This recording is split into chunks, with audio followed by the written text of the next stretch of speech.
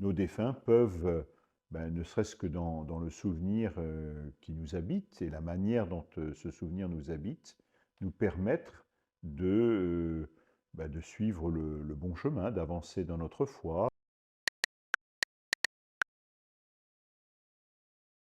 Après le jour de la Toussaint, il y a le jour des morts où nous prions pour nos défunts. Et puis, nous disons aussi dans le credo que nous croyons à la communion des saints. Ça veut dire aussi que nous sommes en lien, en communion, en relation, unis dans la prière avec tous ceux qui nous ont précédés, avec les saints reconnus par l'Église, les saints qui ont été canonisés, qui sont les saints dont on peut porter le nom ou avec lesquels nous avons une proximité ou une affection particulière. Mais c'est vrai aussi, bien sûr, avec nos défunts. Alors ça reste là aussi un peu mystérieux, mais ça veut dire aussi que ben, s'il ne s'agit pas de parler avec les défunts qui nous ont précédés, il s'agit aussi de se dire que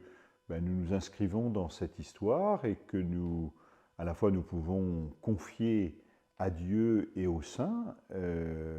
notre vie, nos préoccupations, nos projets, nos espérances. Donc on peut aussi prier pour nos défunts, et je pense que c'est important de le faire. Et puis aussi se dire aussi que nos défunts peuvent, ne serait-ce que dans le souvenir qui nous habite et la manière dont ce souvenir nous habite, nous permettre de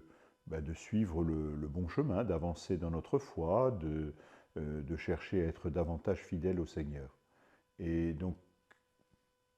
ce lien-là, il se fait, j'allais dire, presque naturellement, parce qu'on voit que les personnes que nous avons aimées et qui nous ont quittés,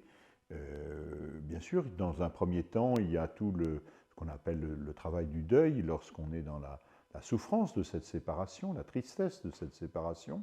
mais on voit aussi qu'avec le temps, eh bien, finalement, on garde l'image, le souvenir de ce que les personnes ont eu de meilleur et de ce qu'elles ont pu nous apporter. Et donc, on peut aussi, d'une certaine façon, vivre avec elles et savoir qu'elles nous accompagnent sur notre propre chemin de vie.